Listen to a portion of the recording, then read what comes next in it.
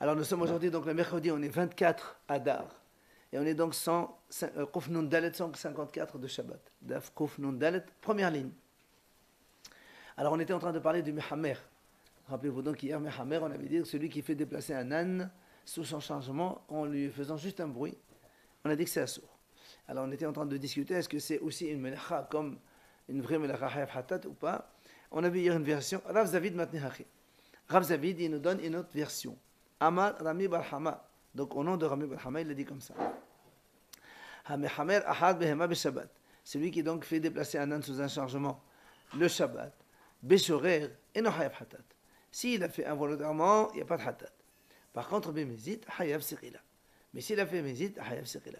Alors donc la version précédente c'était bemezit hatat, beshorer hayaf hatat et bemezit sirila. Il y a les deux. Ici, il a fait moitié-moitié.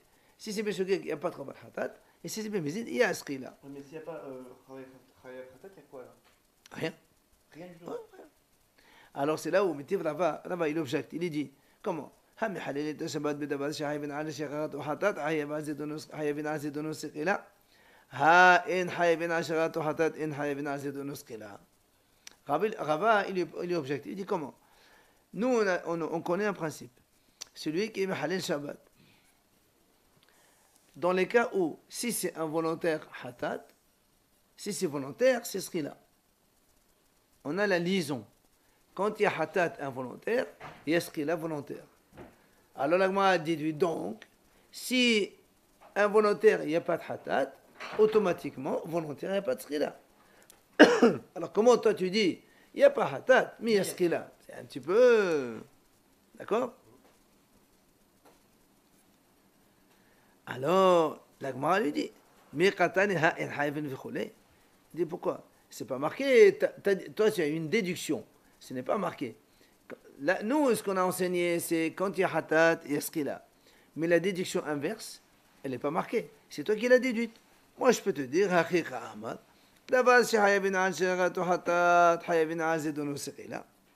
effectivement, l'enseignement, quand il y a hatat, il y a skila, ça j'accepte, parce que c'est marqué.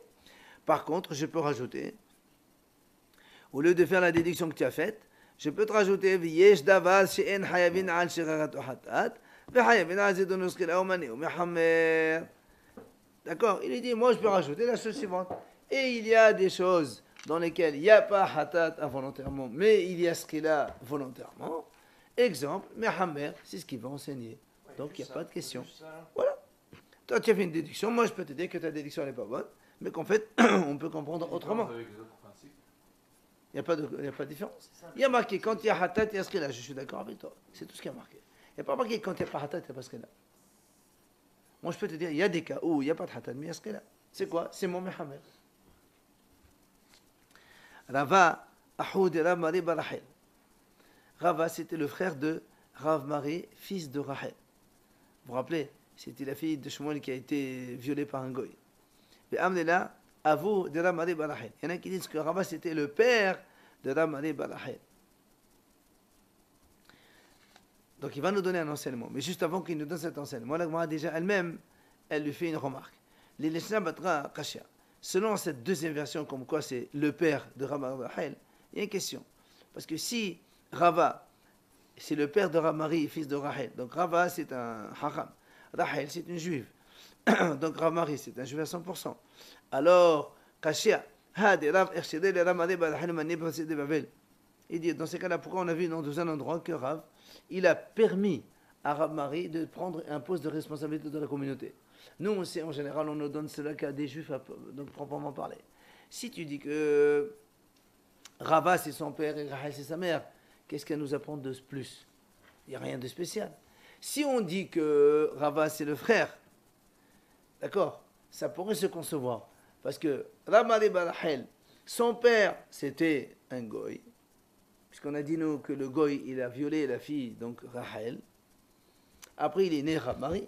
Bon, on sait qu'après, le goy s'est converti, mais quoi qu'il en soit, donc quand il a été conçu, si son père était goy, on aurait pu penser que comme son père est goy, alors il n'a pas le droit d'avoir des postes de responsabilité.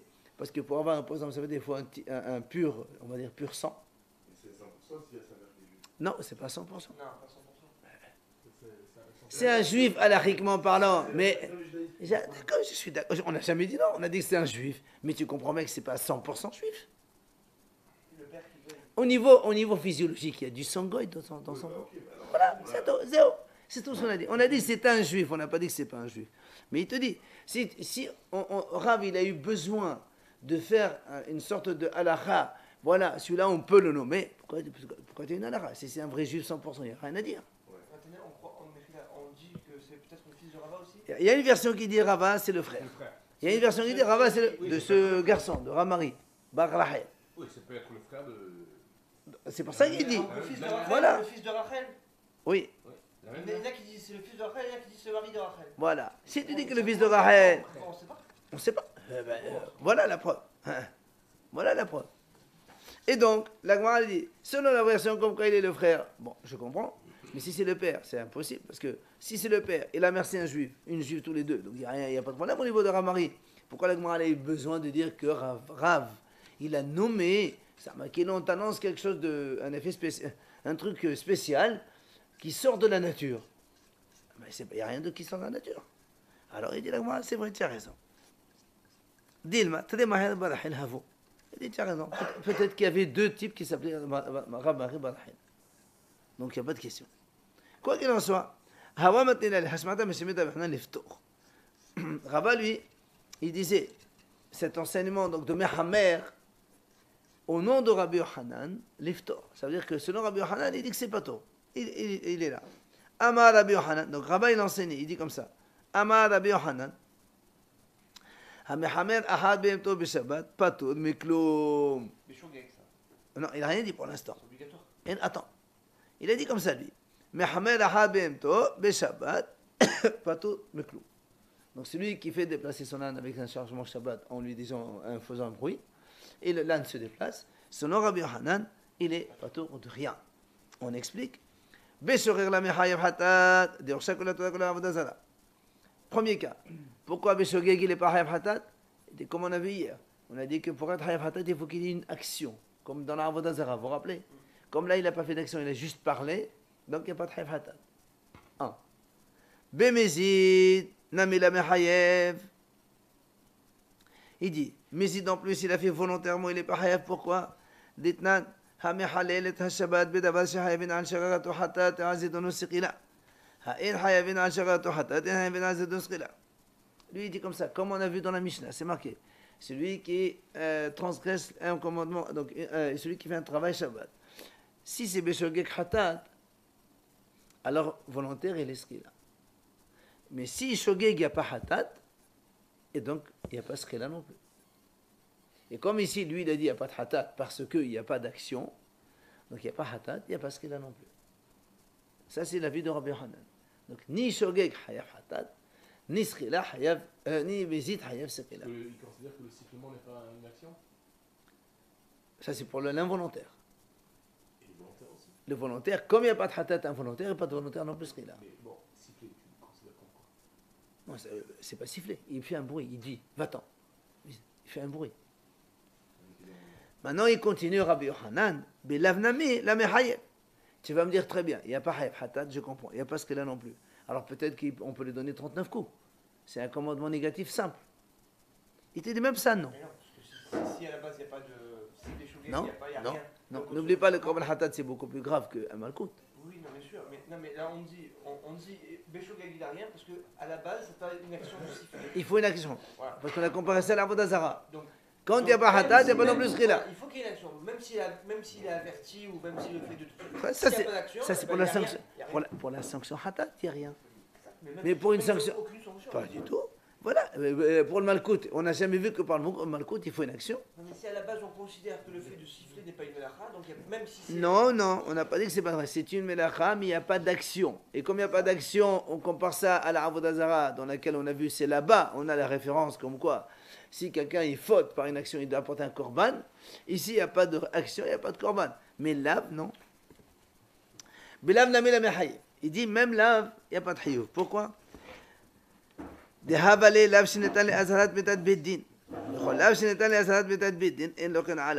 dit parce que on a un principe qui dit comme ça. Quand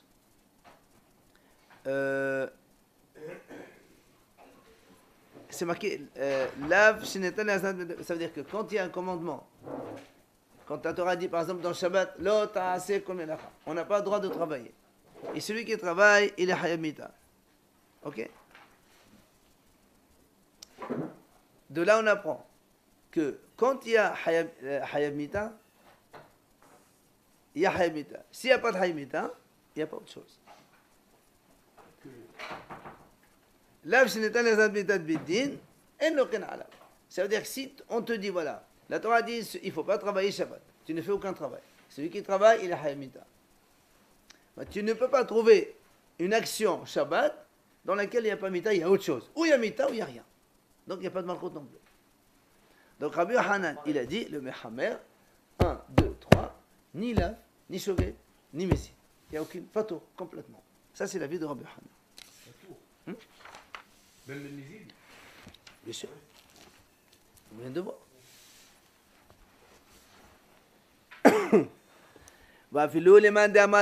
Et même selon un hacham qui a dit que Lav, c'est-à-dire il y a un hacham qui pense que même si la Torah l'a dit dans Shabbat, ne fais pas de travail si tu fais un travail, donc il y a la mort. Et il y a un hacham qui dit, c'est vrai, même s'il n'y a pas la mort, on peut donner malkout à la place, comme ici par exemple. Donc on aurait pu penser qu'il y a malkout. Il dit même celui-là, selon Rabbi Hanan, il n'y a pas de malkout. Pourquoi? Parce qu'il dit, l'Ichtov d'Hamana, l'Otase kol melacha, ufemtecha, ata lamali. Le passage dans la Torah, c'est marqué, dans lequel on voit Mehamer, c'est marqué l'Otase kol melacha, ata, d'accord? Uvalecha, ufemtecha. Alors il dit, pourquoi la Torah le répète? Tu ne fais pas de travail. Toi et ton animal. Pourquoi on répète toi et ton homme? Tu n'as qu'à dire tu ne fais pas de travail, virgule, et ton animal non plus. Si on dit toi et ton animal, si la Torah précise toi, encore une fois, c'est pour te dire que toi qui es haïf quand tu fais un travail. Mais tu n'es pas haïf pour un travail fait par ton animal. S'ils ont précisé ça aussi. Donc, toi oui, mais... Ah non. Sinon, dans ces cas-là, pourquoi tu dis toi et ton animal? Tu as déjà dit, tu ne fais pas de travail. Si la Torah dit, tu ne fais pas de travail avec ton animal, point. Non mais attendez. C'est comme ça. D'accord. Là, ici, le travail, il est bien associé entre l'homme et l'animal. C'est même pas l'homme qui travaille ici. C'est l'animal qui se déplace avec un chargement. C'est que l'homme, il donne un ordre pour que l'animal avance. Ah, dans le cas où il y a un travail. On parle de Mehamer. On parle de Mehamer. Non, pas à deux. L'homme, il fait rien. Il n'y a pas une action. L'homme, il parle. Le toi que vous avez dit, qui est rajouté, il sert à quoi vous avez dit? Quand on dit toi et ton animal, Ouais, toi, toi, il n'y a que toi qui es puni, pas ton animal. c'est normal, on le sait ça. Ah non. Voilà ici. Tu es l'animal? Non, pas. Toi, tu es puni pour ton travail à toi, mais tu n'es pas puni pour un travail fait par l'animal. C'est ça qu'on veut Toi, dire. j'ai dit de faire? C'est ça ou pas? Ouais, même si tu dis. Ah d'accord. Eh oui, c'est ça là. L'animal, il est passif face à notre affaire. Alors, mais heureusement, l'animal est toujours passif, on lui donne un ordre et il travaille. Mais on ne parle pas de punir l'animal, on parle de punir on parle de punir le monsieur. Allez, allez messieurs. Alors vous vous rappelez donc la Mishnah, on a dit que si quelqu'un donc il était avec un chargement, il était sur la route, donc on a dit, il donne, donc s'il a une bourse, il la donne à un gars qui la transporte avec lui, et dès qu'il arrive dans une première maison d'un juif, il peut décharger son animal, on a dit, les choses qu'on a le droit de déplacer Shabbat, il les prend, il les enlève. Et les choses qu'il n'a pas le droit, on a dit, on défait le lien et ça tombe par terre. Comme ça, au moins, il soulage l'animal. C'est ce qu'on a vu dans la Mishnah. Amar Ravuna. Haïta behemtot onakili schuchit.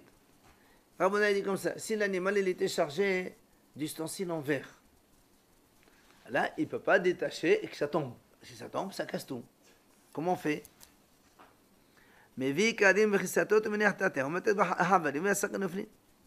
Qu'est-ce qu'il fait? Il apporte des coussins et des matelas, il les met de part et d'autre de l'âne, et il détache, comme ça les ustensiles en verre tombent sur le matelas, il y a l'amorti, et donc ça ne se casse pas. Où il va amener tout ça, le moment qu'il a été par hasard? Non, c'est un monsieur qui était sur la route. Oui, d'accord, mais On a dit dès qu'il arrive à la première maison d'un juif. Avant, regarde dans le village avant, tu arrives dans une maison, tu rentres là-bas, il te laisse entrer, c'est pas un problème.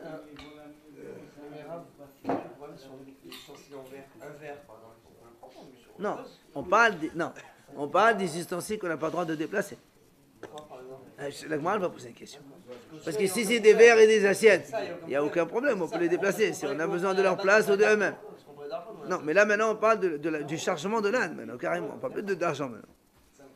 Alors, la Gemara dit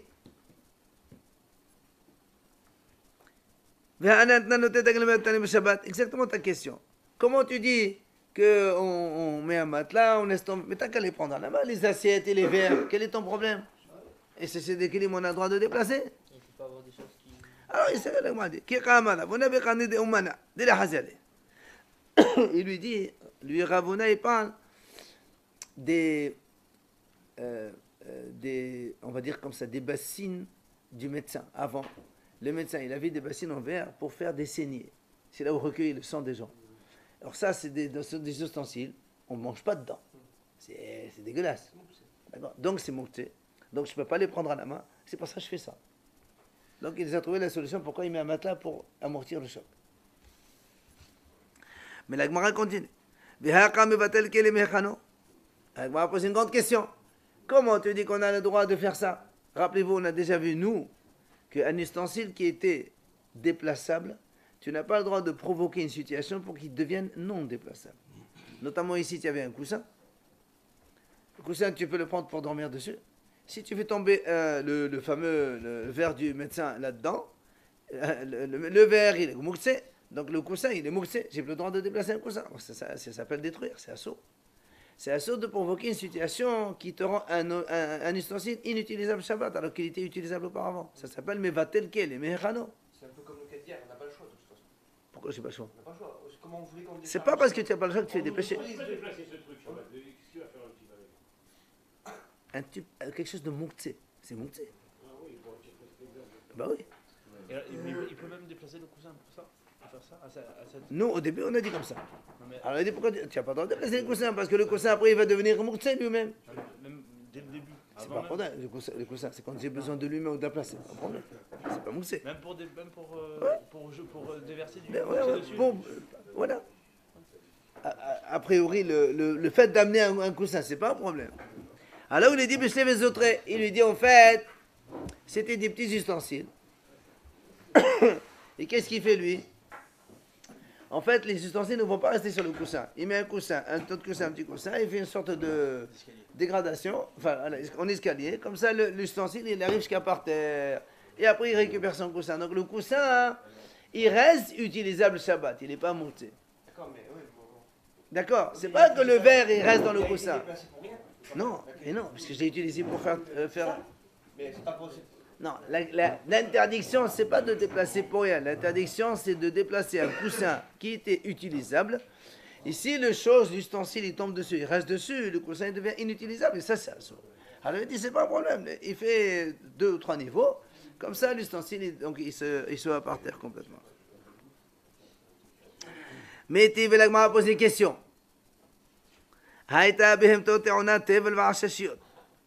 Si quelqu'un, il avait son âne chargé de tevel. Tevel, donc c'est une nourriture qui n'est pas prélevée, une récolte non prélevée, et que donc elle est mouxée, parce qu'on n'a pas le droit de la manger. Ou bien va'ashashiot, des ustensiles en verre. Là-bas, la Gemara dit, matir et havalim, ve'asaqin nufin, ve'afal pishim shtabrin. La Gemara dit, voilà, on a vu là-bas, c'est marqué. Quand il y a un âne avec un chargement, donc soit de mouxé ou donc des verres qui est mouxé aussi, on défait les nœuds et les sacs tombent, et même si ça se casse, tant pis. Alors comment toi tu me dis, tu amènes des coussins, des matelas, tu fais un truc comme ça? La Brette a dit non. Tu ouvres et ça casse, ça casse. Il lui a dit, l'Agma, il répond, il dit, là-bas on parle des plaques de verre. C'est pas des ustensiles, des plaques de verre. Que quand ça tombe, même si ça casse un peu, c'est pas grave, parce que de toute façon, c'est fait pour être coupé. Après, à l'époque, c'était comme ça. D'accord? Daïkhanami, il lui dit la preuve. Il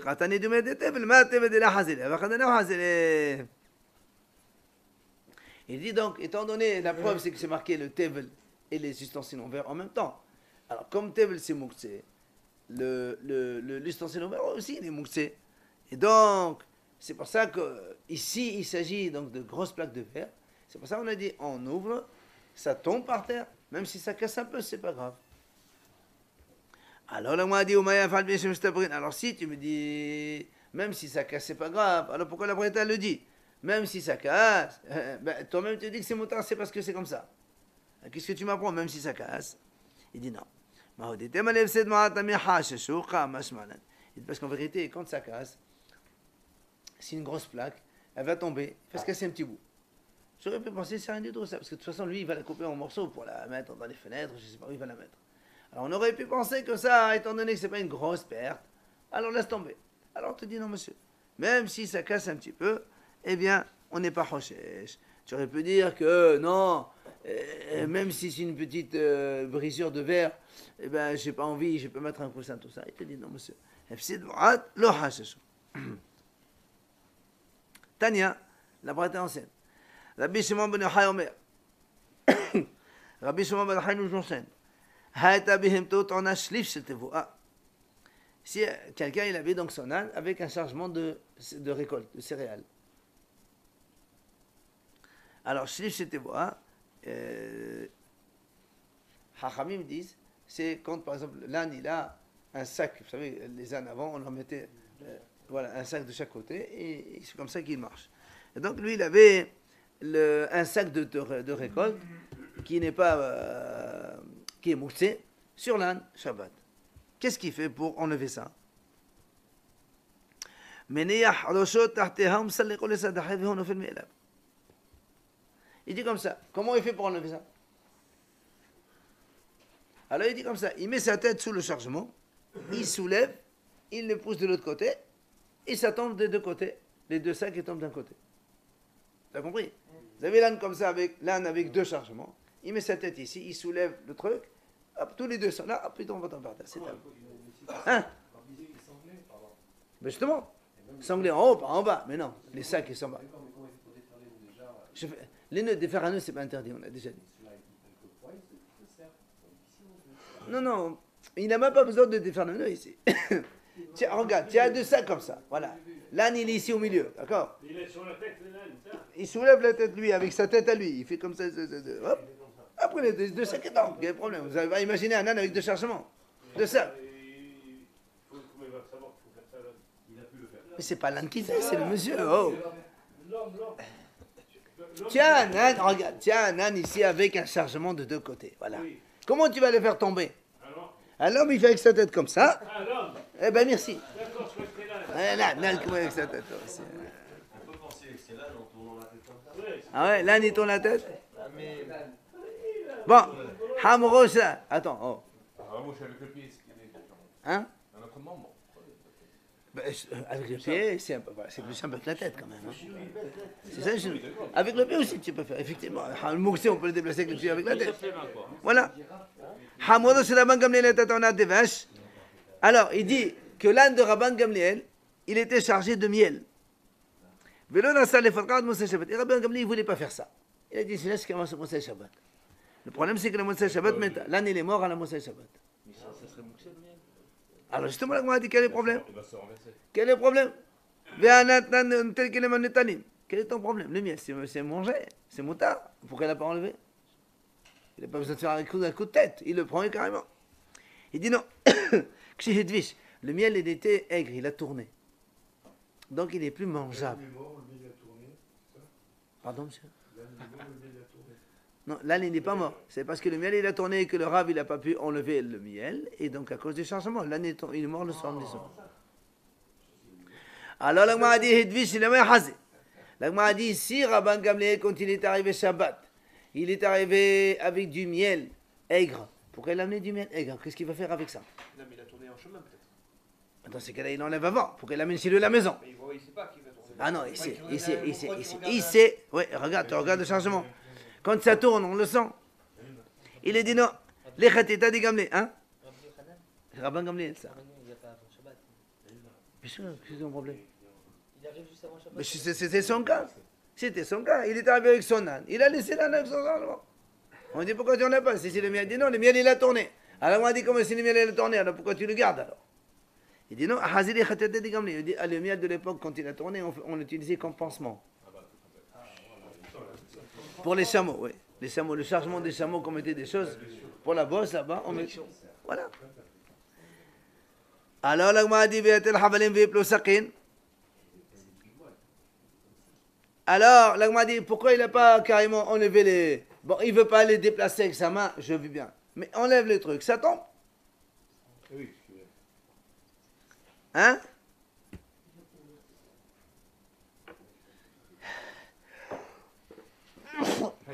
Pardon, excusez-moi. La Gemara répond, Mistado Zirki. Non, la Gemara dit non. Parce qu'il a peur que s'il fait ça, quand ça va tomber par terre, ça va exploser, ça va faire du miel de partout. Alors il n'a pas voulu. Alors la Gemara dit, alors pourquoi il ne fait pas comme on a donné nous la solution? Il apporte des coussins ou des matelas, et il était tâchonneux, et hop, ça tombe. Il y a un amorti, il n'y a pas de problème. Pareil, on a dit qu'il faut plusieurs coussins. Eh ben, mets plusieurs coussins, pas de problème. Mais le miel, il va se renverser, non? Même dans ce cas. Non. Il ne va pas se renverser le miel. Le miel, il est enfermé dans des sacs. Des sacs. Le risque, c'est que sur le choc, il explose. Tu mets un truc, il ne va pas exploser. Et la Gemara dit, il a dit non. Même si on met un coussin, il risque que le miel, il va déborder, il va se renverser sur le coussin, et le coussin, il est fichu. Et donc là, mais va-t-elle qu'il est marneux pour de bon. C'est-à-dire, le coussin, il devient inutilisable et c'est un saut. La Gemara dit, et alors comment il laisse l'âne, le pauvre, avec un chargement pendant 24 heures? C'est Tza'ad Ba'al Haïm. C'est sûr de faire souffrir un animal Shabbat. C'est un Shabbat aux semaines. Kassaba, Tza'ad Ba'al Haïm de Rabbanan. Lui, il pense que le Tza'ad Ba'al Haïm, c'est des Rabbanan, c'est pas la Torah. Et donc, comme Midrabanan, alors il ne peut pas faire un truc, même si l'âne souffre, c'est pas grave. Mais en vérité, nous, on n'a que Tza'ad Ba'al Haïm de Radaïta. Ouais. On n'a pas le droit de faire souffrir un animal, c'est assuré la Torah. Là, on aurait pu Absolument, absolument. Comment tu peux faire souffrir un animal? Non, il est chargé. Non, la lacha chez nous. La lacha. Parce que lui, il a dit qu'il a des Rabbanan. À l'époque, il n'y avait pas la lacha. Chacun, il fait comme il pensait. Bien sûr. Et qui a. Oui, mais. D'accord. Alors, Abaye, allez messieurs, on continue. Abaye, Abaye, il a trouvé Rabba, il était en train de jouer avec son fils autour de l'âne. Il mettait son fils sur l'âne, il joue avec le petit sur l'âne, il le met sur l'âne, il le descend, il le fait monter. Alors, il dit comment? Tu sais pas qu'on n'a pas le droit d'utiliser les animaux le Shabbat? Pour quelle raison? C'est un truc à c'est une autre histoire. Non, ça n'a rien à voir ça maintenant. On parle plus. Non, on parle plus de Zabahim, c'est fini maintenant. Pourquoi il va être fatigué là? Non, on n'a pas le droit de monter sur un animal Shabbat. On connaît ça. C'est assaut de monter sur un animal Shabbat. Il dit comment tu fais monter le bébé sur un Shabbat, c'est assaut. Il dit non, monsieur, ça, je ne suis pas en train de le monter sur l'animal. Je suis en train de le faire jouer sur les côtés seulement. Et les côtés, c'est moutard. D'accord? Il a dit, où tu as vu que sur les côtés, c'est moutard? Il dit, voilà, je te donne une preuve. Dites, nan. La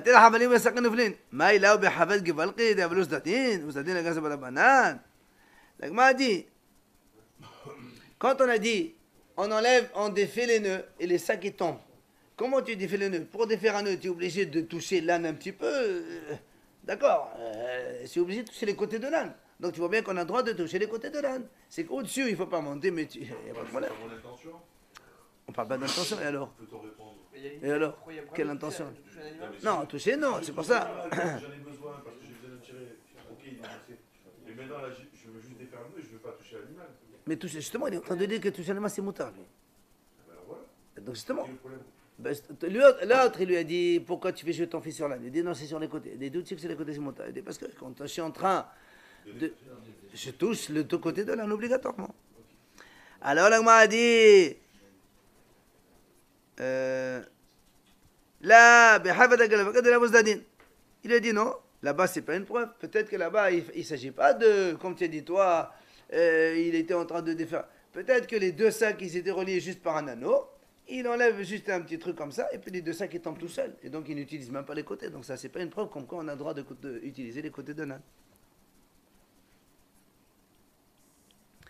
Et Namé Belerta, donc c'est un peu le même principe. D'accord? C'est quand les deux sacs qui sont reliés par. On met les deux sacs qui sont un anneau, on met un clou ici entre les deux, ça les maintient. Tu enlèves ça, les deux sacs ils s'écartent et ça tombe. Donc tu vois bien que je n'utilise pas les côtés de l'âne. D'accord. Et Tévélegman lui pose une question. Shetaim bidadam vehad bailan keshera. On est Nabi Yom Tov. L'agma dit comme ça, on parle de la souka. Si quelqu'un il a fait 2 murs, la souka il faut 3 murs minimum. Donc 2 murs. Le troisième, c'est l'arbre. Il tient sur l'arbre. On a dit la souka les cachère, il n'y a pas de problème. Par contre, et non, on est Nabi Yom Tov. On n'a pas le droit de monter dans cette souka Yom Tov. Parce qu'elle tient sur l'arbre. Et nous, on sait qu'on n'a pas le droit de monter sur un arbre Yom Tov et Shabbat.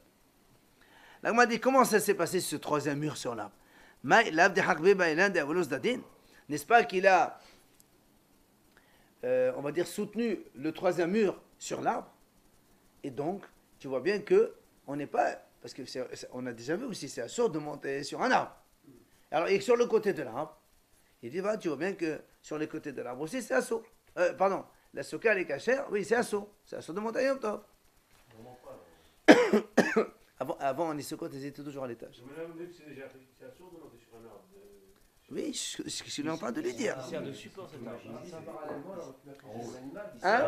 aurait pu mettre un animal sur le côté. D'accord. Mais là, il est en train de lui prouver que quand il joue avec les côtés de l'âne, c'est moutard. Alors il dit, voilà, je prends l'exemple de la souka.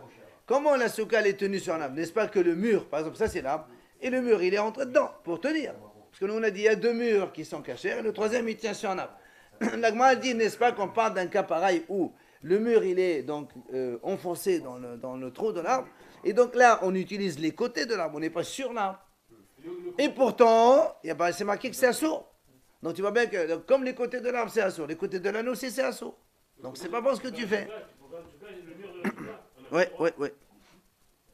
Tu as le droit, mais tu n'as pas le droit de passer un deuxième pas. Voilà. Non. Est-ce que côté d'un arbre, est-ce qu'on a le droit de faire un mur avec? Si l'arbre lui-même, il est mûr, il n'y a pas de problème. Mais là, on dit que le mur, il est tenu dans l'arbre. Comme ça. L'arbre, il est comme ça et le mur, il est comme ça. Oui, verticalement. Oui. Mais ça, c'est un mur entre l'arbre. Si l'arbre, il est épais et qui fait 2 mètres et que tu l'utilises comme mur, il n'y a pas de problème dans ce cas-là. L'arbre, c'est mouta. Attention, mais le problème, c'est le scar dessus. Le scar, il ne doit pas tenir sur l'arbre. Alors, l'agma dit, donc tu vois bien que c'est assaut. Là, l'agma dit, non, monsieur, tu as mal compris. Là, dirfeyi, là, il avait un arse qu'on l'avait. Et l'agma lui dit, non. C'est pas que, comme tu as compris, toi, que le mur, il a tenu par l'arbre. C'est pas ça du tout. Il a dit au contraire, il a pris l'arbre, il a utilisé le branchage de l'arbre, il a penché, il a fait avec l'arbre un mur, carrément, c'est tout. Donc, je n'ai pas utilisé les côtés de l'arbre. C'est pour ça que là, il utilise carrément l'arbre, et ça, c'est sûr, c'est assaut. Ah, là, on m'a dit, si c'est comme ça, si tu me parles, Bémed, qu'il a utilisé l'arbre lui-même, et ma sefa. Alors, regarde, dans la sefa, c'est marqué.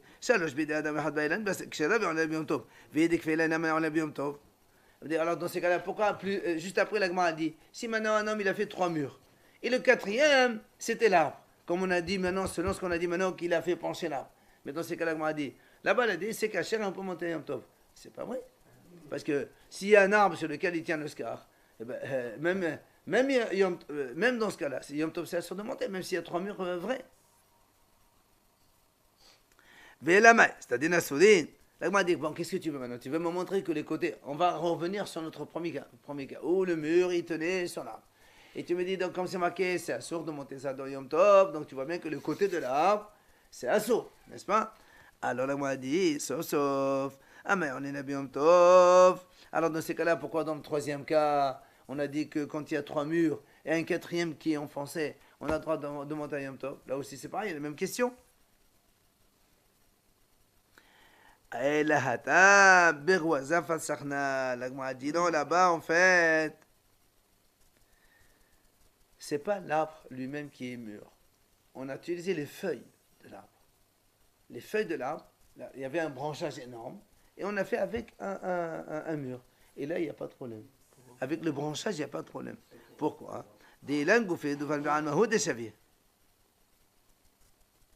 Pardon. Et le mur, alors, il n'est pas collé au sol. Bien sûr que l'arbre est collé au sol. Le mur, on peut faire. Le mur, oui, il n'y a pas de problème. Le mur, on peut le faire avec un arbre collé au sol, il n'y a aucun problème. L'Agmara, elle répond donc. Voilà, c'est ce qu'il a dit. Et là, il a dit, en fait, ici, c'est quoi? C'est qu'on a utilisé les branchages pour faire un mur. Mais en tant que mur, on a dit que c'est motard. Mais le scar, il n'a pas fait reposer sur ce côté-là, qui est le troisième mur, en plus. Le scar, parce que si le scar repose sur ça, ça c'est assaut. Mais le scar, il a fait reposer sur les trois murs qui sont bons, mais pas sur le quatrième. Du coup, la souka est cachère, et on peut même monter à Yom Tov, il n'y a pas de problème. D'accord? Mais ces branchages, on peut passer à travers alors. Hein? On peut passer à travers. Ah non, on ne va pas passer à travers, sinon le mur, il n'est pas bon. Évidemment. Daïkan Amir Katel, a dit la preuve qu'il s'agit de ce cas-là. Là-bas, c'est marqué donc c'est marqué là-bas que si on enlève l'arbre et la souka tient, alors on peut monter à Yom Tov. Et dans ce cas-là, mettre la souka tient. Parce que si tu enlèves le quatrième arbre et que les trois ils sont encore bien, il n'y a aucun problème, on peut monter à Yom Tov. L'arbre, il ne sert à rien. Voilà. L'agma a dit les maquetana. Et est-ce qu'on va dire que c'est une mahlouk de Tanaïm, justement? Est-ce que c'est le côté c'est Assour ou c'est Moutar? Il y a marqué comme ça. Et non, les Nabi Yom Tov, on parle donc de la souka. On a dit on n'a pas le droit de monter dans la souka Yom Tov. Rabbi Shimon Lazar Omer, Mishum Rabbi Meir, les Nabi Yom Tov. Et au nom de Rabbi Meir, on dit non, on a le droit de monter dans cette souka. L'agma dit que Maï, n'est-ce pas que celui qui a dit Assour, parce qu'il pense que quand c'est collé sur les côtés, c'est Assour, celui qui a dit Moutar, il pense que le côté, c'est Moutar. Donc c'est une mahloket. Amar Abaye, il lui dit non, monsieur. Là, il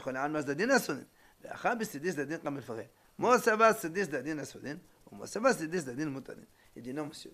Ici, la mahloket, le côté de l'arbre, tout le monde est d'accord que c'est Assour. Ici, on parle du côté du côté. Rappelez-vous, on a dit que quand on a un arbre, on n'a pas le droit de monter sur l'arbre Shabbat. On n'a pas le droit non plus de s'adosser, ou si on a, par exemple, un clou, on n'a pas le droit de s'attraper là-dessus. Ça, c'est parce que le clou, il est côté de l'arbre. Maintenant, si sur le clou, on a un panier, on peut prendre des choses sur le panier ou mettre des choses. Parce que le panier, c'est deuxième degré par rapport à l'arbre. D'accord? Ce qu'on appelle Tzides Dadin. Un hamac avec deux clous, on pourrait. Exactement. Si tu attaches un hamac carrément sur le branche d'arbre, c'est assourd. Mais si tu mets deux clous et tu mets le hamac sur le clou, et toi tu balances dans le hamac, ça c'est motard. C'est ce qu'il lui dit. Tzadin assurin, si desdadin motarin. Rabba Ahmad, il vient, Rabba, il dit non. Rabba Ahmad, man de asa besdadin, asan mem desdadin. Man de asa besdadin, shan besdadin. Rabba, il dit non. Celui qui a dit que les côtés assourds, même les côtés, c'est assourd. Et celui qui a dit que les côtés moutard, il dit même le côté moutard. Mais on ne sait pas comme ça, là, la n'est pas comme ça. Et Rabbi Shachar lui pose une question. Tiens, on va aller dans Eruvin. Si quelqu'un, il a planté un piquet sur un arbre, et sur le piquet, il a mis là-bas, quelqu'un a un panier. Si le panier, il est au-dessus de 10 tfahim, le Eruv, il n'est pas bon. Mais si c'est en bas de Asarat Fahim, c'est Eruv. De quoi il s'agit? Quelqu'un il veut faire Eruv. Rappelez-vous que donc dans la ville, on a le droit de marcher toute la ville plus 1 km en dehors de la ville. Si maintenant je veux prolonger, je dois aller à la limite du kilomètre, je pose mon repas et j'ai le droit d'avancer 1 km de plus. Le monsieur, il a mis un panier avec un repas sur l'arbre. Or, le panier, il faisait un gros panier comme ça, large de 40 sur 40. Or, si on est dans un panier 40 sur 40 et la hauteur elle est de 10, le panier il est Rshut Yahid. Rappelez-vous. Or, si son repas il est dans Rshut Yahid et que lui il est dans Rshut Rabim et qu'il ne peut pas accéder pendant Shabbat à ce repas, alors le Eruv il vaut rien. Mais si le Eruv il a moins de 10 Tfahim, donc on est dans Carmélite, et donc l'interdiction de que des Hachamim. Et donc, Ben Hashmashot, on a le droit d'accéder à des choses de Haramim. Le Eruv, il est valable. N'est-ce pas? C'est ce qu'il dit Gemara. Si il est au-dessus de 10, le Eruv, il n'est pas bon. Le Mata, le Eruv, il est bon.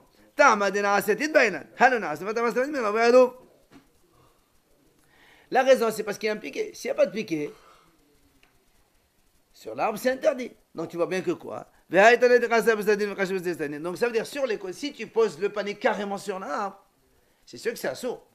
Parce qu'on est directement sur l'arbre. Mais si tu fais le panier sur le piquet qui était sur l'arbre, c'est mouta. Donc tu vois bien que les côtés de l'arbre, c'est assourd, et les côtés, c'est mouta. N'est-ce pas?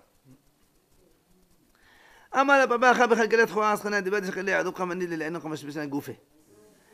papa il dit non, c'est pas une preuve. Là-bas, je peux te dire que le panier, il était avec un petit orifice et que quand lui, il veut entrer sa main pour prendre le sandwich, il bouge carrément là. Alors là, bouger là, c'est assourd. Donc c'est pas une preuve, tout à fait. Quoi qu'il en soit, c'est ce qu'on a dit nous. Les côtés de l'arbre, c'est assourd. Les côtés des côtés, c'est motard. Comme on a vu l'exemple du hama. Hama lavaché.